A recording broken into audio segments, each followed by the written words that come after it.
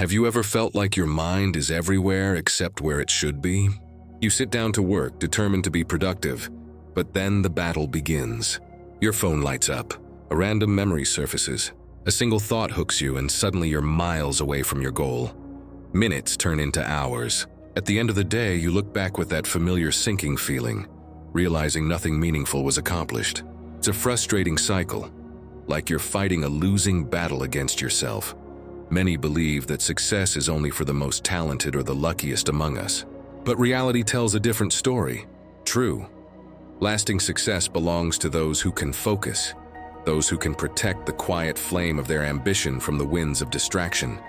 Focus is the silent engine that turns potential into reality. And today's story will show you exactly how. It's about a young man named Leo who believed he was falling behind, whose grades were slipping, and whose confidence was in pieces. Until a wise mentor taught him a life-altering lesson with nothing more than a simple flickering candle. What happened next might just change how you see your own potential. In a vibrant city known for its brilliant scholars, there lived a young man named Leo.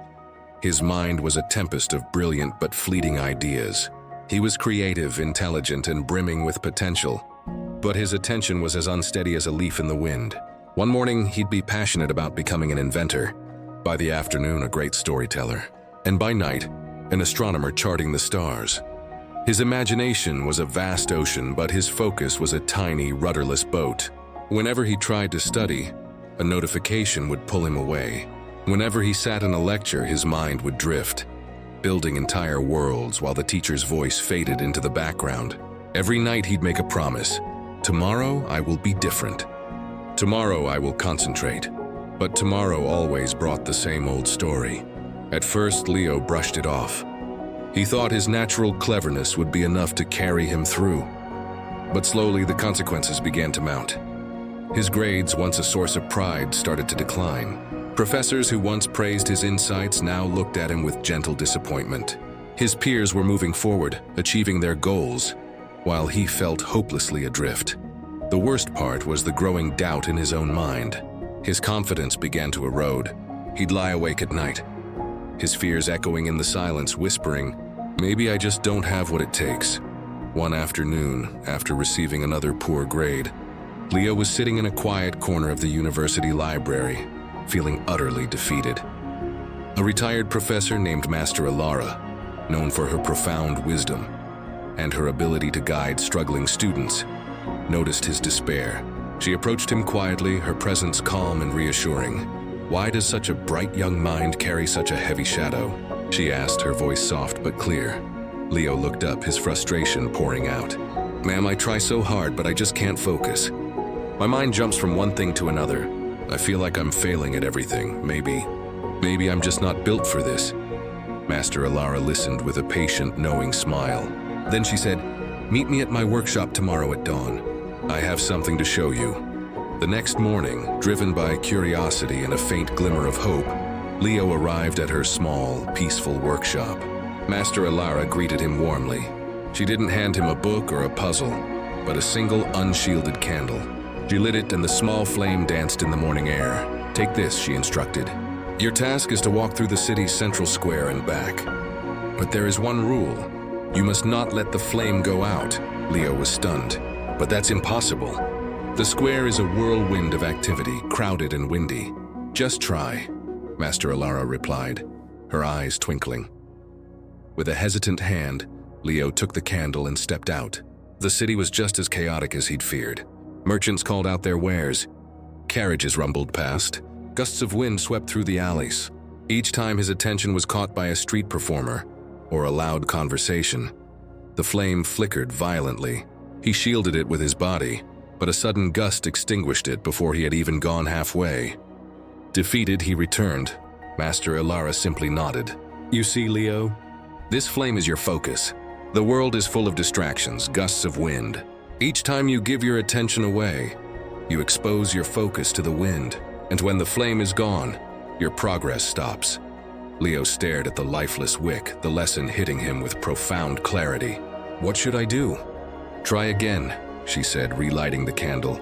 This time, Leo was transformed. He walked slowly, intentionally. He cupped his hand to shield the flame.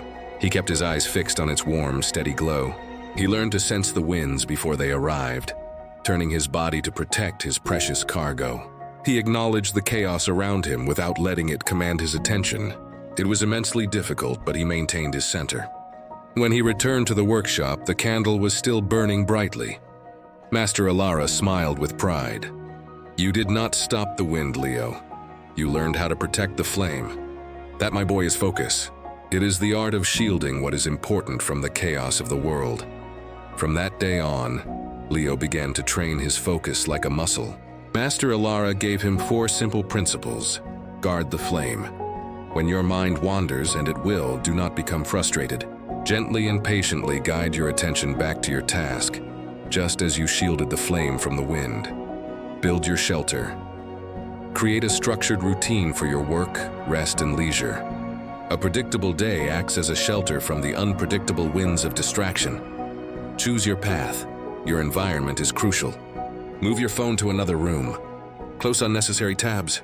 Create a space where the winds of distraction are weakest. Strengthen your hand. Discipline is not built overnight. It is forged through daily, consistent practice, just as one learns to hold a candle steady in a storm. At first, Leo struggled. The lure of his phone was powerful. Daydreams still found their way in. But every time he faltered, he pictured the small, resilient flame in Master Alara's words. Day by day, his focus sharpened. He created a dedicated study schedule, working in intense 60-minute blocks followed by short breaks. When his thoughts drifted, he would whisper, "Protect the flame." The restless tempest in his mind began to calm, transforming into a deep, powerful current. Weeks turned into months. He could now study for hours, fully immersed. His grades didn't just rebound, they soared. His professors were impressed by his newfound diligence and sharp, focused insights. His confidence, once in pieces, was rebuilt, stronger and more resilient than before. Months later, Leo entered the university's prestigious Innovators Grant competition. This time there was no panic. He prepared with calm, steady discipline. He worked on his project consistently, rested well, and walked into his final presentation with a clear, composed mind. As he spoke, he presented his ideas with a depth and clarity that captivated the judges. When the results were announced, Leo had won the top prize. His family was overjoyed, and his friends celebrated his incredible achievement. But Leo knew the real victory wasn't the award. It was the internal battle he had won. He had learned that focus is the key that unlocks one's true potential. Years later, Leo became a renowned innovator and mentor himself. On his first day teaching a group of promising students, he walked into the room, lit a single candle, and placed it on his desk. The students watched, intrigued. Leo smiled. "My mentor once showed me this," he began, "and today I will share her lesson with you. Success does not belong to the most brilliant or the quickest. It belongs to those who can focus. You can achieve anything you set your mind to if you learn how to protect your own flame from the winds of distraction." His students listened, their eyes wide with understanding. For many of them, that simple lesson would change the entire course of their lives. Leo, the young man who once felt lost and hopeless, became the leader who taught others how to find their own light. Lessons from Leo's journey. Focus is not about eliminating distractions, but about learning to protect what matters from them. The world will always be chaotic. Your power lies not in controlling the world, but in controlling your attention within it. True genius isn't just having great ideas. It's having the discipline to see one great idea through to completion. Thank you for watching.